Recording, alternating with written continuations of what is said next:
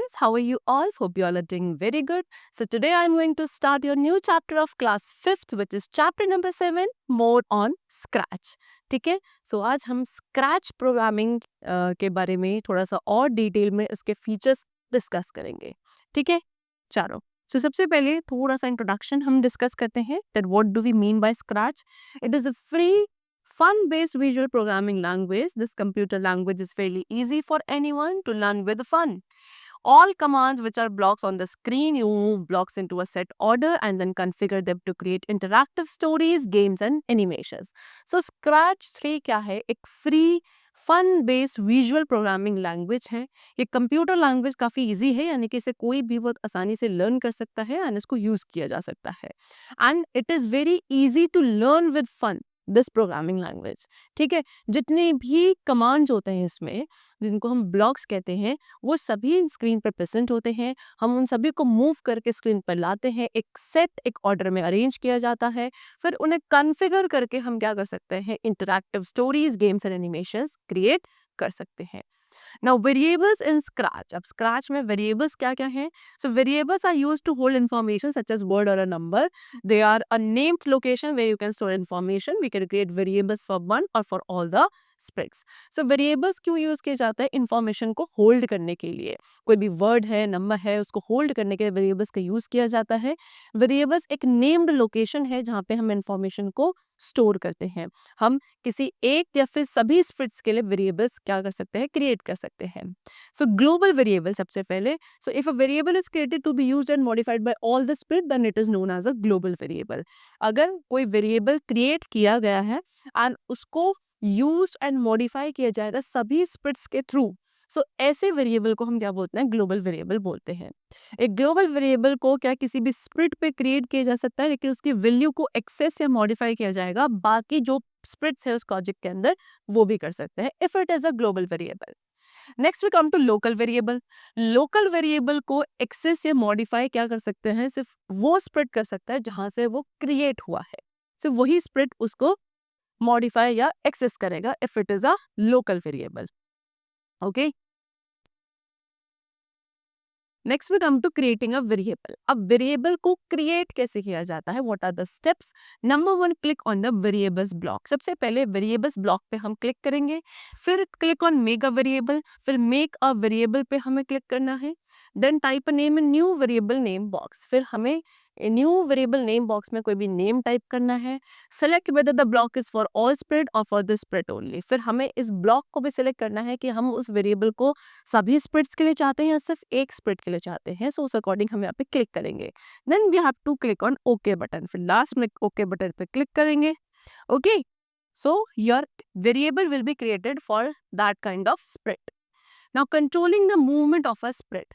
अब किसी भी स्प्रिट के मूवमेंट को कैसे कंट्रोल किया जाता है, सो उसके लिए वी यूज सेंसिंग ब्लॉक. कौन सा सेंसिंग ब्लॉक का यूज किया जाता है? सेंसिंग ब्लॉक क्या है?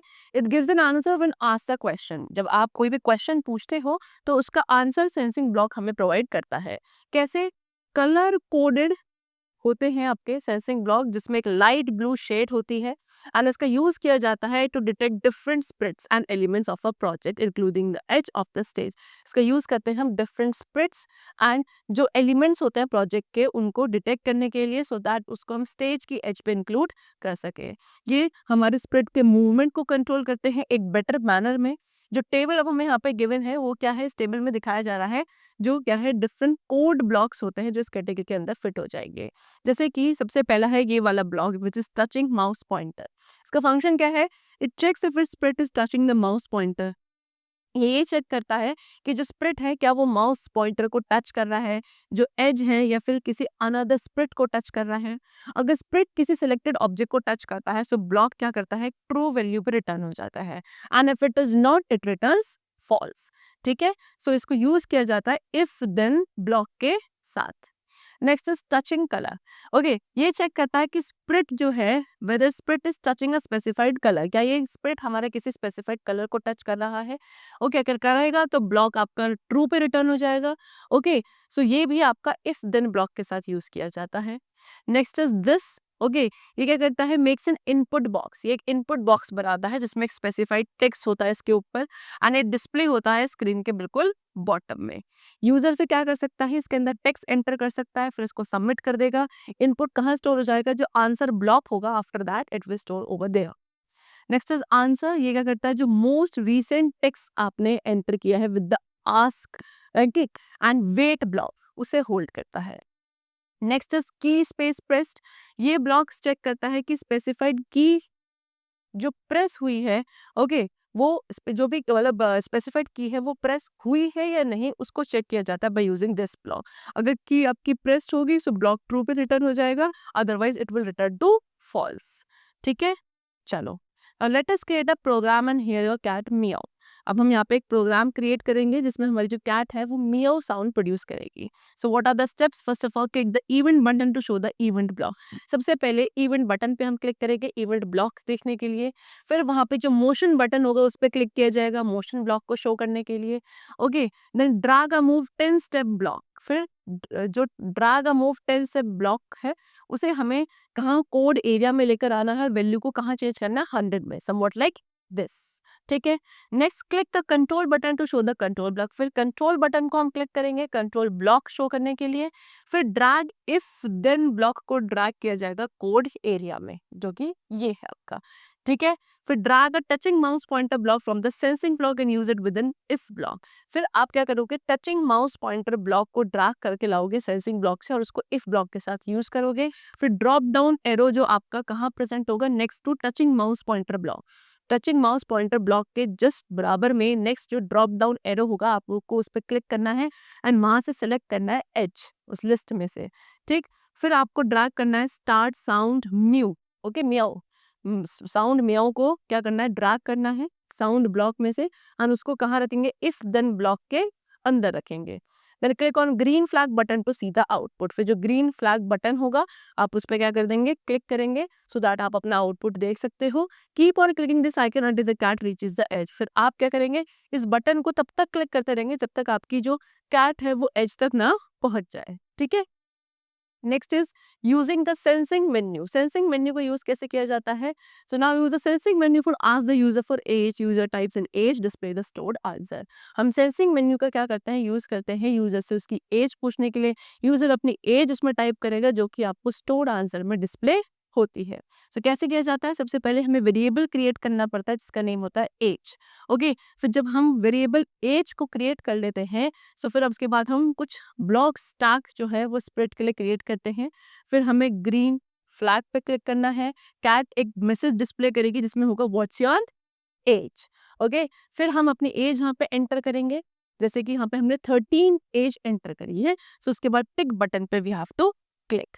ओके, सो जैसे ही आप अपनी एज एंटर करोगे सो कैट क्या बोलेगी, I know your age is 13, जो भी आप एज एंटर करोगे वो ही एज आपकी वो कैट वहाँ पे प्रोनाउंस करेगी। दैट यहाँ पे हमने 13 टाइप किया था तो ये क्या बोलेगी कि that I know your age is 13।